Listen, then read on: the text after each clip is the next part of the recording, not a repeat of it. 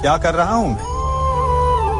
इस अग्नि को शांत करने का प्रयत्न कर रहा हूं मैं।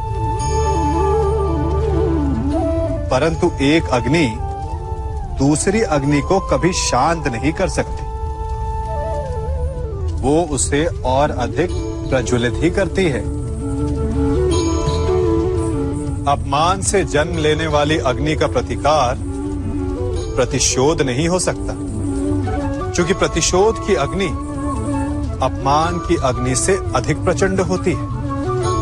तो उसका त्राण क्या है? उत्तर चाहिए? मैं दिखाता हूं।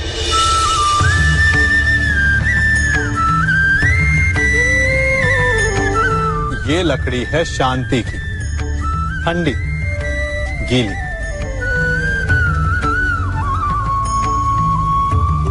अपमान की अग्नि से त्राण पाने का मार्ग प्रतिशोध नहीं,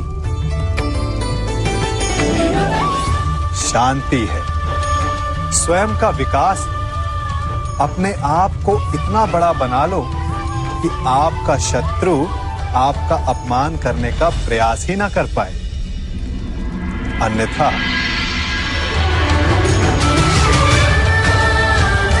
यदि आप प्रतिशोध चाहते हैं, शत्रु भस्म चाहते हैं, तो स्वयं को भी जलना होगा।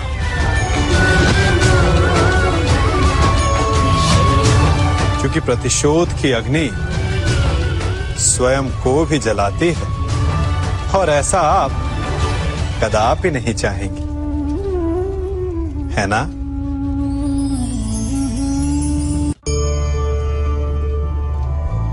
मनुष्य बिना मित्र और मित्रता के सुखपूर्वक नहीं रह सकता।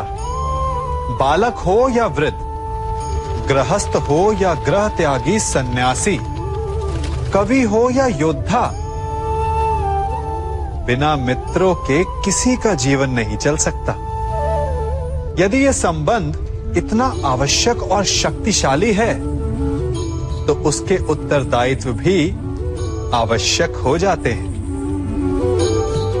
परंतु प्रश्न ये उठता है कि मित्र कौन होता है? आप कहेंगे कि मित्र वो होता है जो सदा हमारा साथ दे, हमारे सुख में आनंद मनाए, हमारे दुख में हमारा सहारा बने, हमारे विरोधियों का शत्रु हो जाए वो, यही ना? परंतु क्या वास्तविकता में मित्र की पहचान यही होती है? मित्र के लिए आवश्यक है कि आवश्यकता पड़ने पर वो आपका विरोध करे। यदि आप सच्चे मित्र हैं, यदि आपका मित्र मूर्खतावश, जानबूझकर या किसी कुचक्र में फंसकर कोई अनुचित कार्य करने जा रहा है, तो आपका कर्तव्य बनता है कि सबसे पहले आप उसे वो कार्य करने से रोकें, उसका विरोध करें। क्योंकि यदि मित्र ने कुछ अनुचित किया, तो आप भी स्वयं को अपयश का भागीदार बनने से नहीं रोक पाएंगे।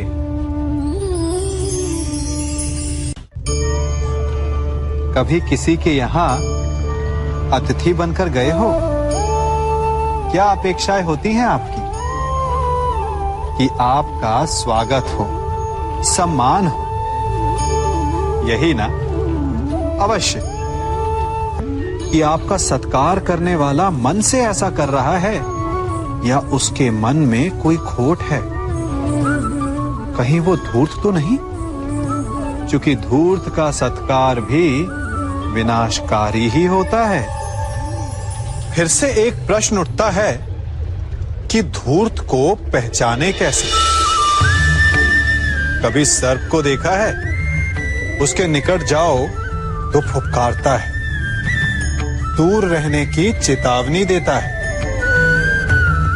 और यदि वही सर्प आपके निकट आकर नृत्य करने लगे तो विचित्र नहीं लगेगा आपको? लगेगा ना? उसी प्रकार किसी के स्वभाव में यही विचित्रता आना धूर्तता का लक्षण है।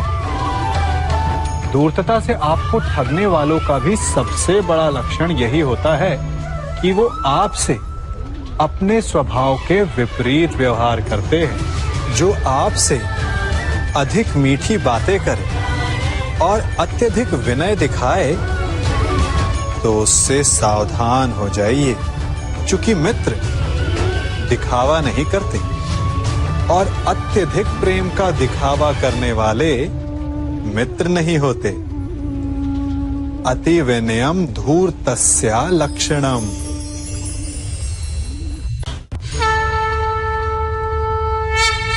जन्म से लेकर जीवन पूर्ण होने तक हम आगे बढ़ने का स्वप्न देखते हैं, नए नए लक्ष्य पाने का प्रयास करते हैं, परंतु जीवन में सदैव आगे बढ़ना भी ठीक नहीं होता। अब आप कहेंगे कि ये ग्वाला हमें कौन सी उल्टी पट्टी पढ़ा रहा है, परंतु सीधे जाने का मार्ग कभी कभी उल्टी सीख से ही आता है।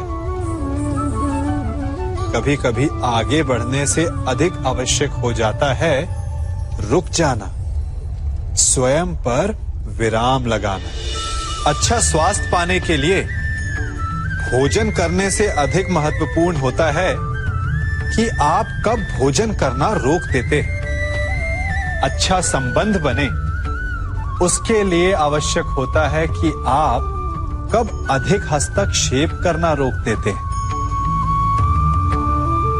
और नाश से बचने के लिए आवश्यक है कि कब आप अपने पग को रोक लेते हैं। तो आगे बढ़ने के विज्ञान में कब रुकना है, ये ज्ञान बहुत ही आवश्यक है, क्योंकि कभी कभी विनाश की गर्द हमसे केवल एक पग आगे होती है और उससे हमें बचा सकते हैं हमारे रुके हुए पग।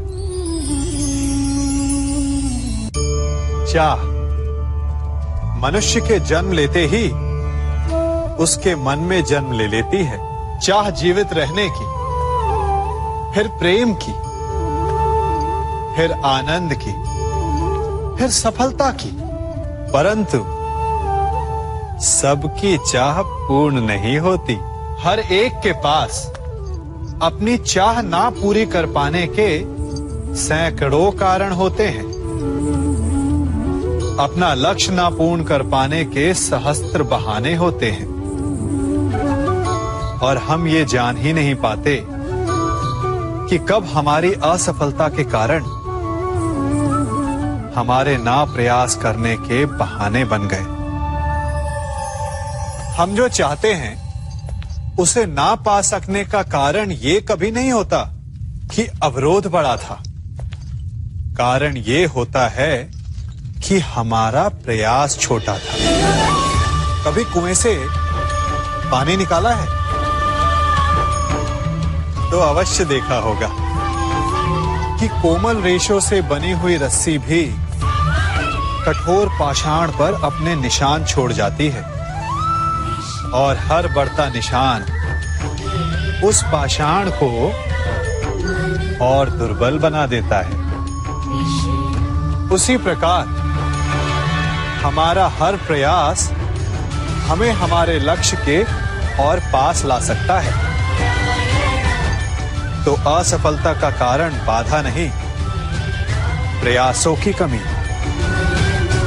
प्रयास कीजिए, फिर देखिए आप जो लक्ष्य चाहेंगे वो मिल जाएगा।